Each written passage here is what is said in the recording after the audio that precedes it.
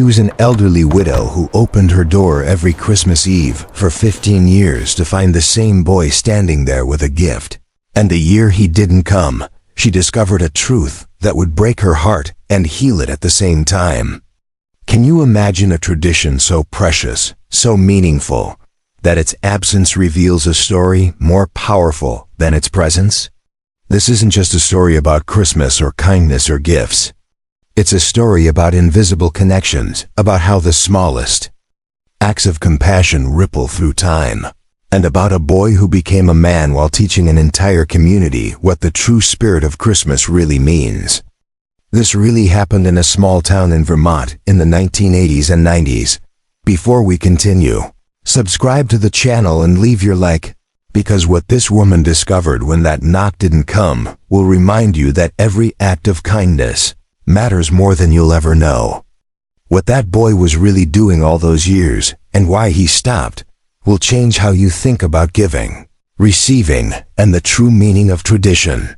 Tell me in the comments what state you're watching from, and if you've ever had a Christmas tradition with someone unexpected. It was December 24th, 1978, and Margaret Hayes was preparing to spend her first Christmas Eve alone in 43 years. Her husband Harold had passed away that March after a long battle with heart disease. They'd never had children, just each other, and their cozy Victorian house on Maple Street in the small Vermont town of Bradford. At 72 years old, Margaret was facing the reality that all the Christmases ahead would be solitary ones.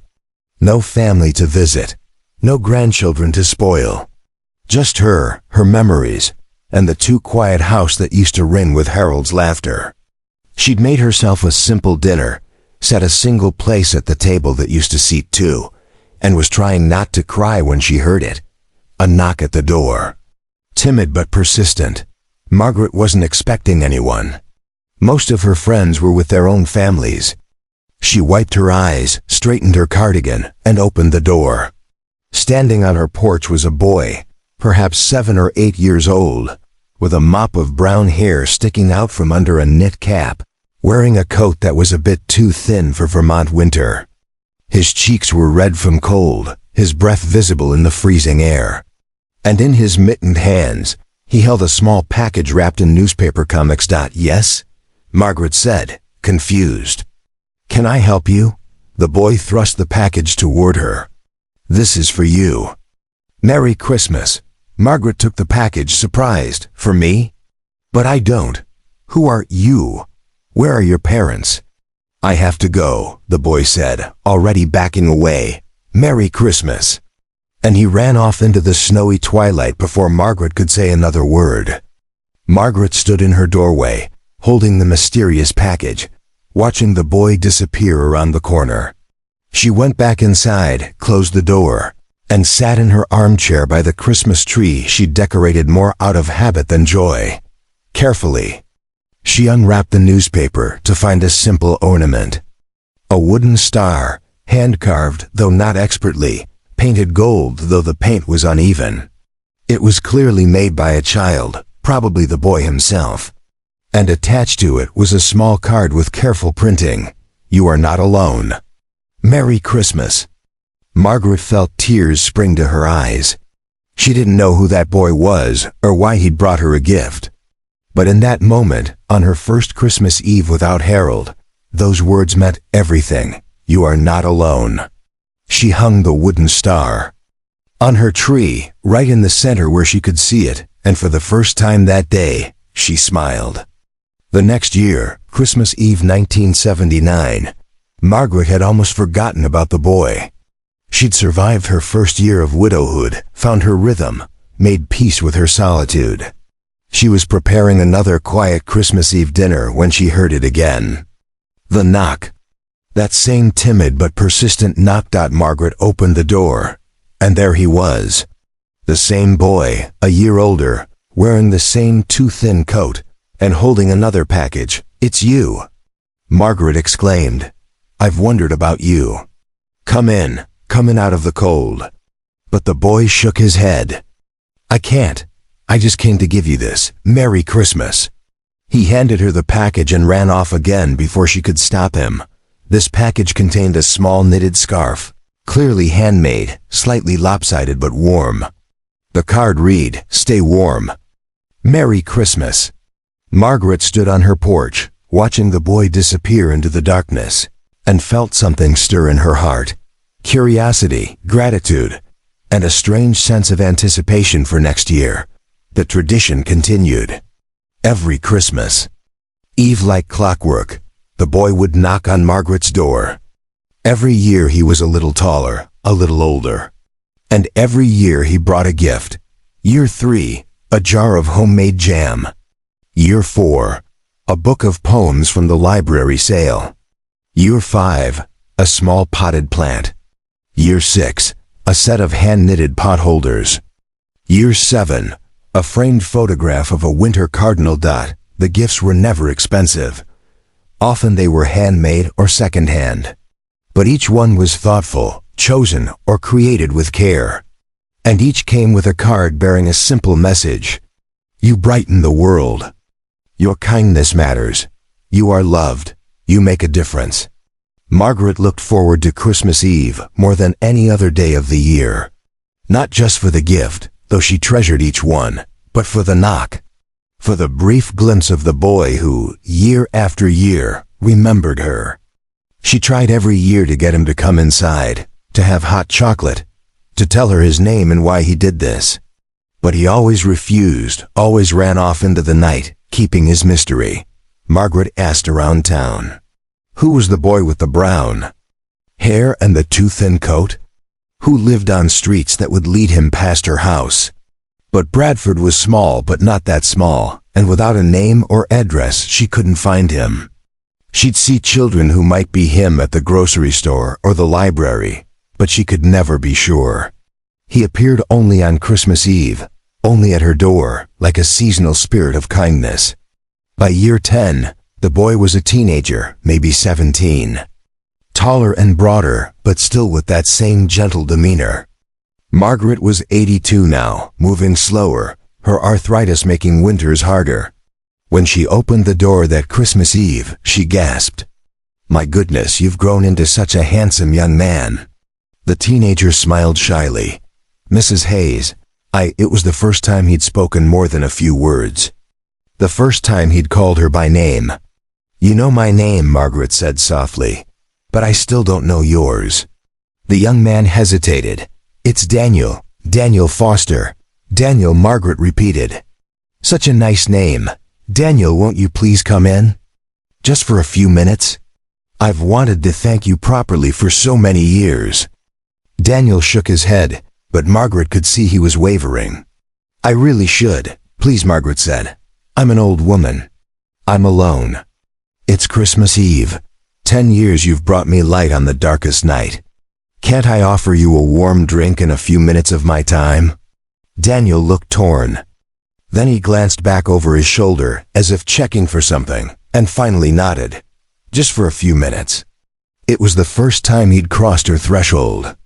Margaret led him to her kitchen, made hot chocolate, and set out the Christmas cookies she'd baked more out of tradition than expectation that anyone would eat them.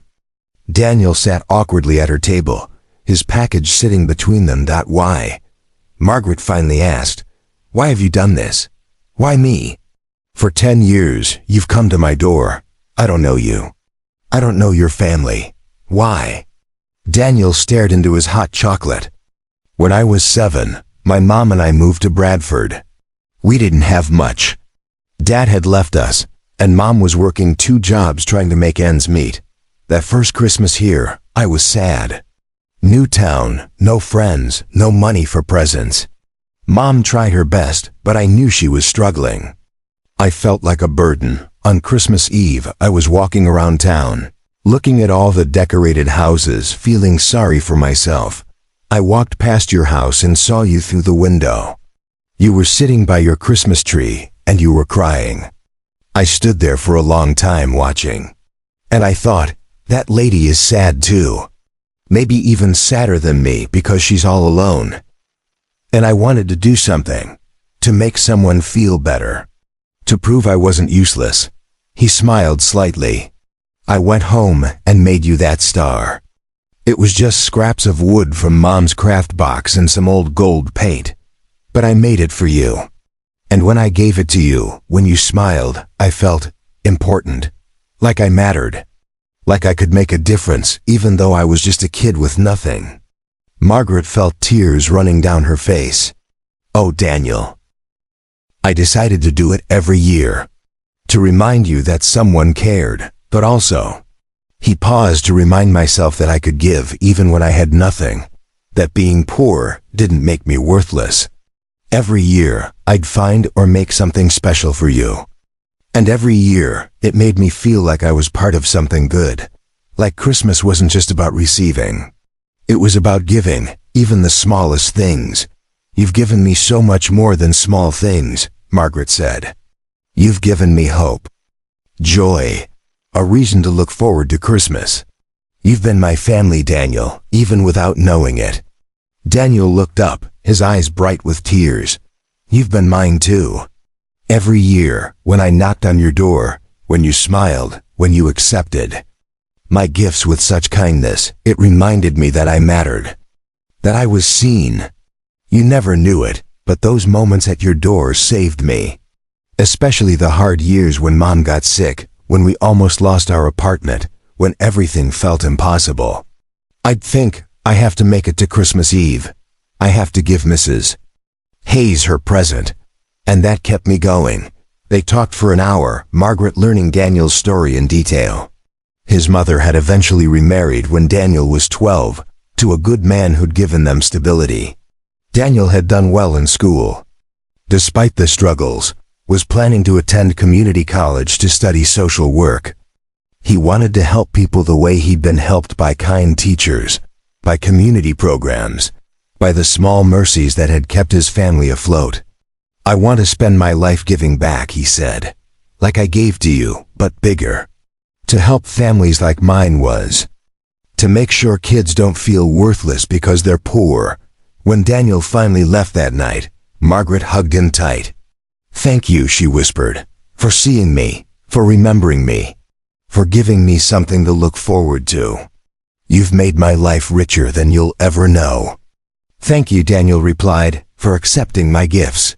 For not asking too many questions, for letting me do this. You've made my life richer too.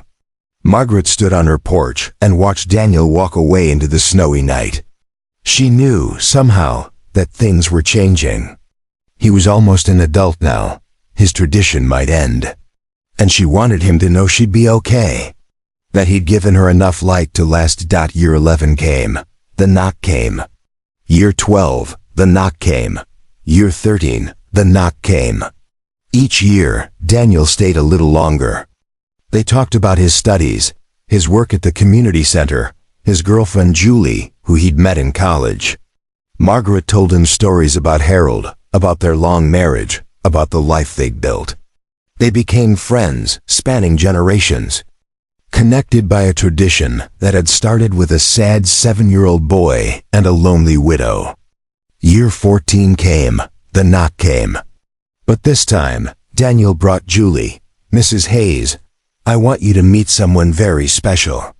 This is Julie, my fiancée. Margaret's eyes filled with happy tears.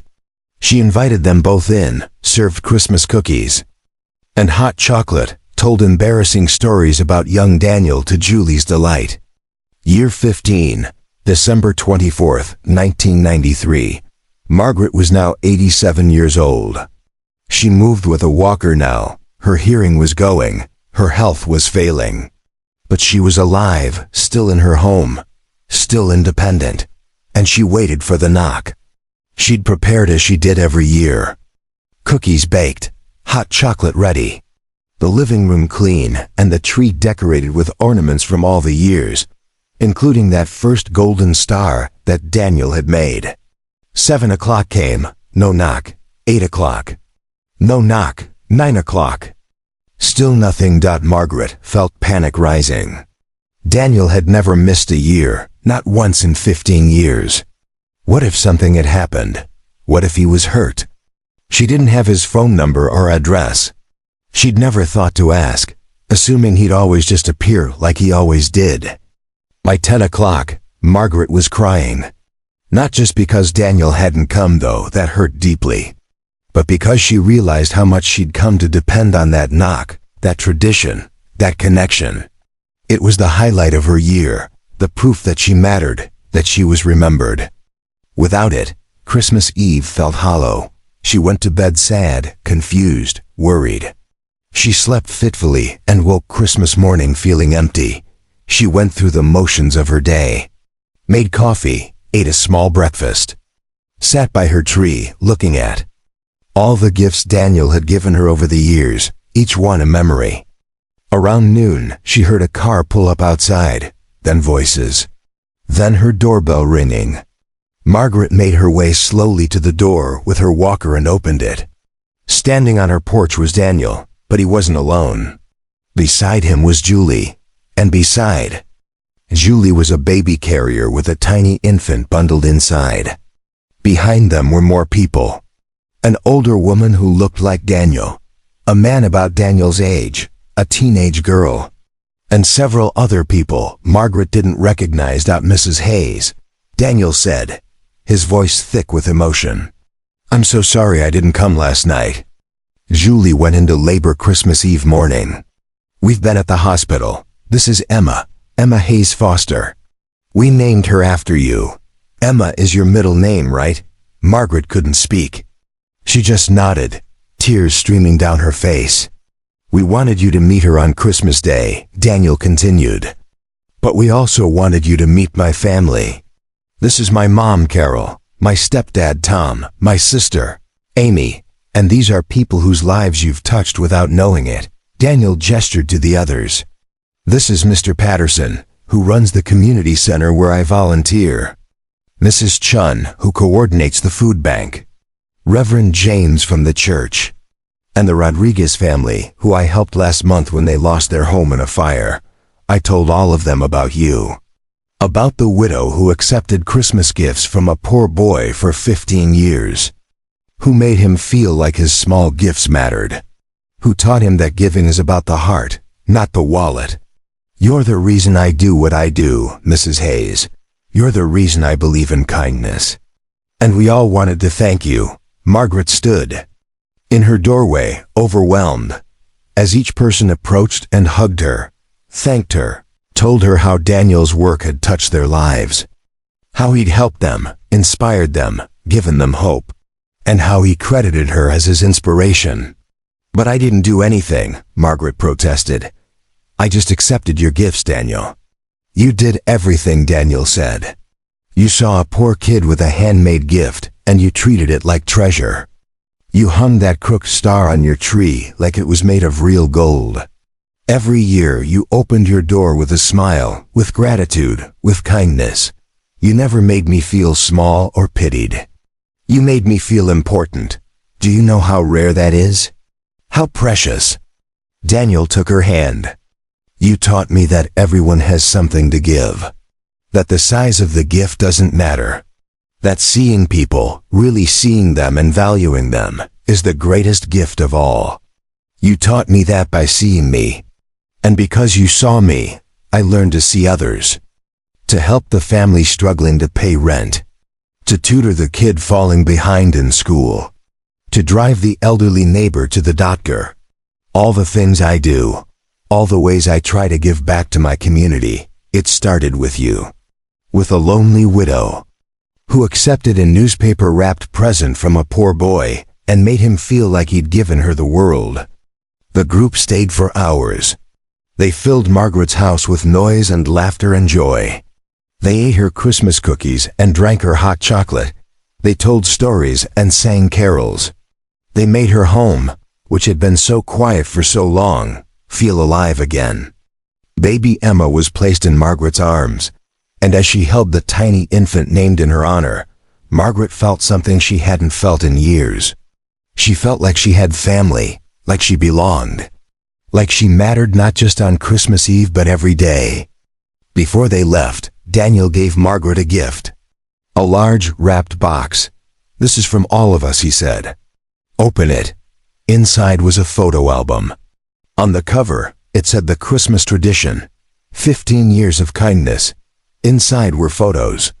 Someone had tracked down or recreated photos of Margaret's house from each of the 15 years. And with each photo was a description of the gift Daniel had given that year, and a story about something good that had happened in Daniel's life that year. Year 1, the wooden star, started a tradition that would save 2 people.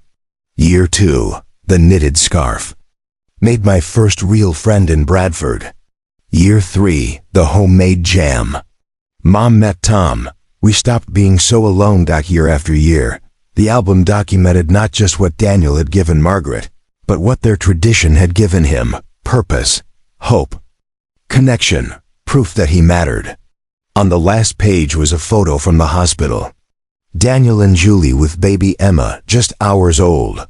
The caption read, Year 16. The tradition continues. Thank you, Mrs. Hayes, for starting a chain of kindness that will span generations. Emma will grow up knowing about the widow who saw her father when he was invisible, who taught him that the smallest acts of kindness matter most. We love you. Margaret held the album to her chest and sobbed. Not sad tears, happy tears, overwhelmed tears, grateful tears. I thought I was just a lonely old woman who got a present once a year, she whispered. I never knew. I never understood what it meant. That's the beauty of kindness, Daniel said. You almost never know the full impact. You just do it. You just give. You just see people and treat them like they matter. And somewhere, somehow, it ripples out into the world in ways you can't imagine. You saved me, Mrs. Hayes, by accepting my gifts, by smiling at a poor kid, by hanging a crooked star on your tree. You saved me. And because you saved me, I've been able to help others. And those others will help more people, and on and on. That's your legacy. That's what your kindness did. Margaret Hayes lived another 5 years. She passed away in 1998 at age 92. Daniel and Julie visited her regularly in those final years, often bringing little Emma, who grew to call Margaret Grandma Hayes. When Margaret died, she left her Victorian house to Daniel and Julie, with the stipulation that they use it to continue helping others. They turned it into a community resource center, a place where families in need could get help with rent, food, childcare, job training. They called it Hayes House in her honor. And every Christmas Eve, the center hosts a community dinner where everyone is welcome, where small gifts are exchanged, where people who might otherwise be alone can feel seen, valued, connected. The wooden star that Daniel made when he was 7 still hangs in Hayes House, in a place of honor in the main room.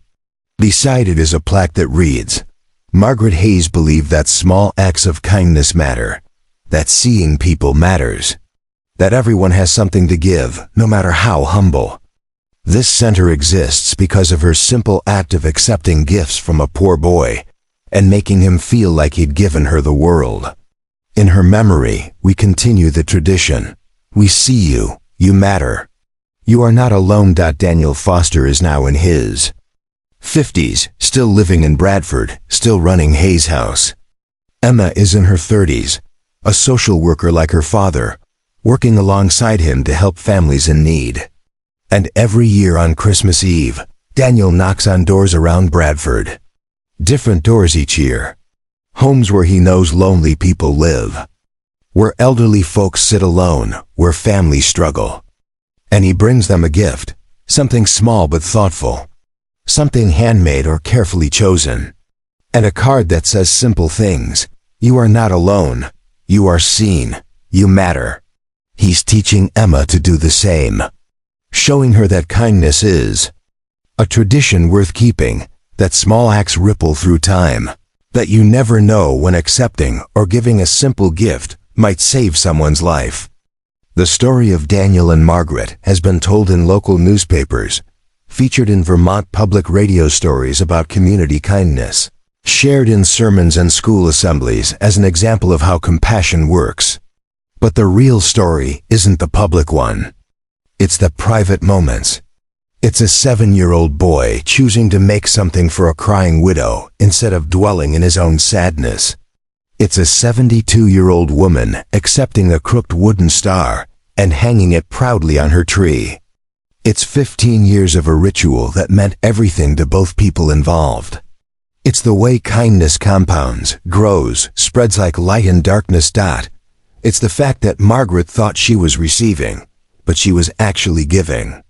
Giving Daniel purpose, identity, hope.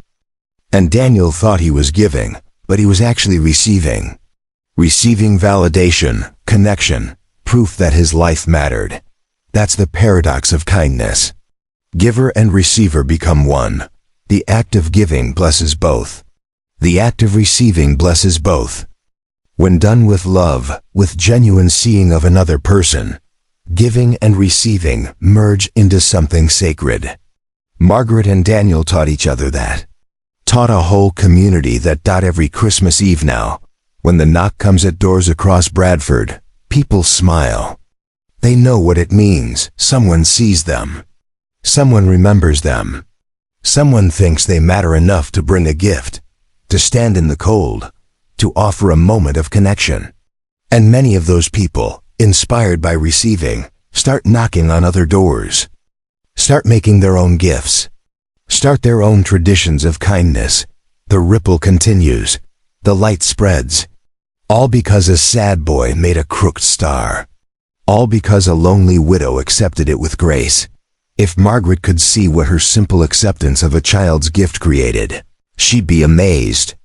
She'd see Hayes House helping hundreds of families. She'd see Daniel's life's work touching thousands of people. She'd see Emma carrying the tradition forward into a new generation.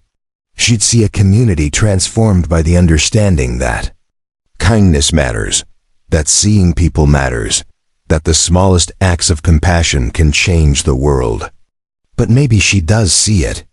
Maybe from wherever she is, Margaret watches and smiles, watches Daniel knock on doors, watches Emma learn to give with love, watches the crooked golden star shine in Hayes House, a symbol of everything beautiful that can grow from one moment of acceptance, one choice to treat a poor child's gift as treasure. The knock that didn't come that 15th Christmas Eve wasn't an ending, it was a transformation. It was the moment when a private tradition became a public legacy. When a relationship between two people became a model for a community. When a simple exchange of gifts became a template for how to live with compassion. Daniel didn't come that Christmas Eve because he was at the hospital, becoming a father, starting the next chapter.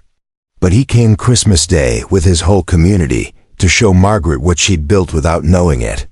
To show her that her kindness had multiplied far beyond one boy, one door, one night. And in that moment, when Margaret stood surrounded by people whose lives had been touched by Daniel, who'd been shaped by her example, she understood. She wasn't just an old woman receiving charity from a kind boy. She was a teacher, a model, an inspiration. She was the first link in a chain of compassion that would extend far beyond her lifetime. She was important. She mattered. Not despite her loneliness and her simple acceptance of humble gifts, but because of them. Because she'd been willing to see a poor child, to accept his offering, to treat it as valuable. That willingness to see and value others is what changed everything. So this Christmas, think about Margaret and Daniel. Think about the knock that came for 15 years, and the knock that didn't come but led to something even better. Think about the gifts you've been given, even the small ones, even the imperfect ones. Did you accept them with grace? Did you see the giver? Did you make them feel like their offering mattered? And think about the gifts you give. Are you giving to be seen or to see others? Are you giving to get credit or to give hope? Are you giving because it makes you feel good or because you genuinely see someone who needs to know they matter? The true spirit of Christmas isn't in the expensive presents or the perfect decorations or the big gatherings. It's in the knock on the door. It's in the handmade gift from someone with nothing. It's in the widow who hangs a crooked star on her tree, like it's the most beautiful ornament she's ever seen. It's in the simple words, "You are not alone. You are seen. You matter." That's Christmas. That's the light in the darkness. That's what Margaret and Daniel taught us. May we all learn that lesson. May we all knock on someone's door with love. May we all accept gifts with grace. May we all see each other, truly see each other, and treat every person like they matter. Because they do. We all do. That's the truth of Christmas. That's the truth of being human. That's the legacy of the boy who knocked and the widow who answered. Thank you for listening to the story of Margaret Hayes and Daniel Foster. If this touched your heart, please subscribe, leave your like, and share this video. Tell me in the comments if you've ever had a Christmas tradition with someone unexpected, or if you've ever given or received a gift that changed everything. And this Christmas, I challenge you, knock on someone's door. Not someone you know well, but someone who might be alone. Someone who might need to know they're seen. Bring them something small, something from the heart, and remind them, you are not alone, you are seen, you matter. That's how we honor Margaret and Daniel. That's how we keep the tradition alive. One knock at a time, one gift at a time. One act of seeing another human and treating them like they're precious. Because they are. We all are. Merry Christmas. May your holidays be filled with love, connection, and the joy of giving with a full heart.